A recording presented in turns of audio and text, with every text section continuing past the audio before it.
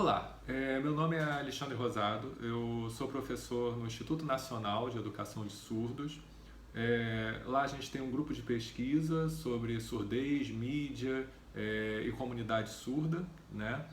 E eu sou professor colaborador da linha de pesquisa de Educação e Tecnologia na Universidade Estácio de Sá. E nesse vídeo eu vou estar falando um pouquinho com vocês sobre o artigo que a gente escreveu para o livro Educação e Tecnologia, Abordagens Críticas. Esse artigo a gente deu o título de Educação e Tecnologia na Literatura Acadêmica Online em Português. Então, o objetivo desse trabalho foi fazer um levantamento de literatura nessa área de educação e tecnologia.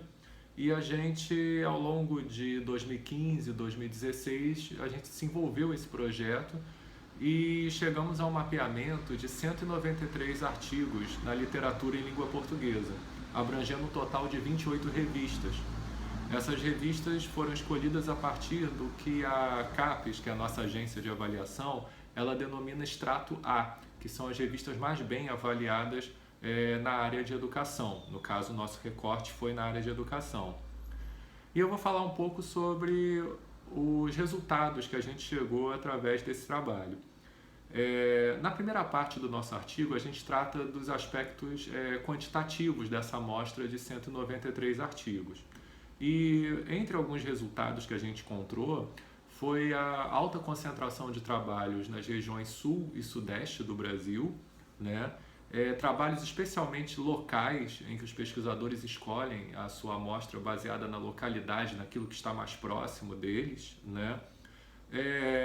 E os estudos concentrados principalmente em duas áreas, o ensino presencial e o ensino à distância. Então a gente percebeu que o ensino médio e o ensino semipresencial eles ainda não constam tanto na literatura acadêmica dessa área. Um pouco mais à frente a gente fala das abordagens qualitativas desse estudo, né? Então a gente chega a dois pontos importantes. Um deles é que a gente mapeou as abordagens da educação e tecnologia. Então a gente chegou num conjunto de 8 tipos de abordagens de pesquisa nessa área. Como exemplo, eu vou colocar aqui o primeiro tipo de abordagem, que é a propositiva criativa. E nesse tipo de abordagem, os pesquisadores eles propõem um software, propõem uma solução informática, algum produto tecnológico para dentro da área de educação. E aí eles introduzem esse produto nessa área como forma de inovação, né? E aí a gente tem outras abordagens que a gente trabalha ao longo do artigo. A gente explica e dá exemplos de literatura coletada exemplificando cada tipo de abordagem. Um outro assunto que a gente trata no artigo são os rótulos da tecnologia educacional. Então esses rótulos são etiquetas, são fórmulas que são comumente usadas nessa área, mas elas não são muito explicitadas, muitas vezes elas não são muito explicadas, definidas, né?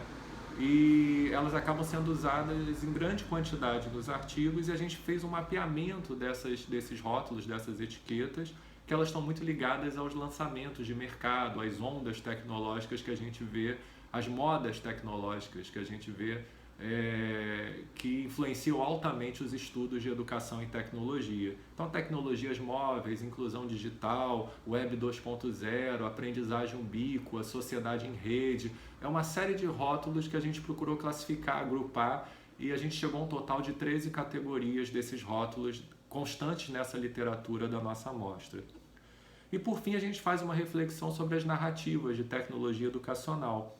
Então a gente fala um pouquinho sobre a questão da obrigatoriedade, os discursos de inevitabilidade, que eles envolvem principalmente dois aspectos, que é o discurso de eficácia, né, em que a tecnologia vindo para a educação ela aumentaria a performance, a eficácia de aprendizagem dos alunos, e também os discursos de inovação, em que as tecnologias entrando na escola, entrando nos ambientes educacionais, elas trariam automaticamente inovações pedagógicas, inovações curriculares, inovações de métodos.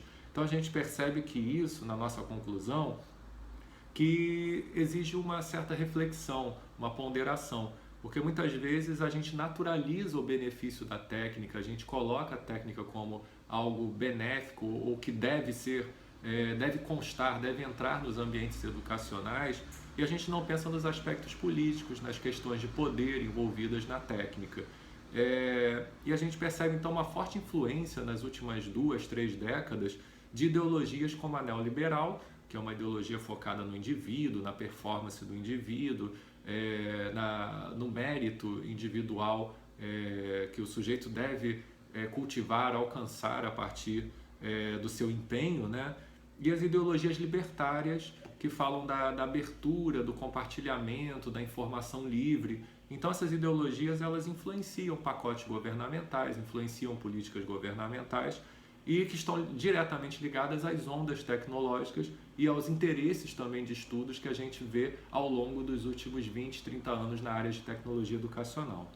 Bem, essas são as questões então que a gente se preocupa em nosso artigo, a gente espera que todos tenham uma boa leitura, que façam a sua leitura completa desse trabalho e que ele possa beneficiar o desenvolvimento da área de educação e tecnologia. Então, obrigado a todos, é isso.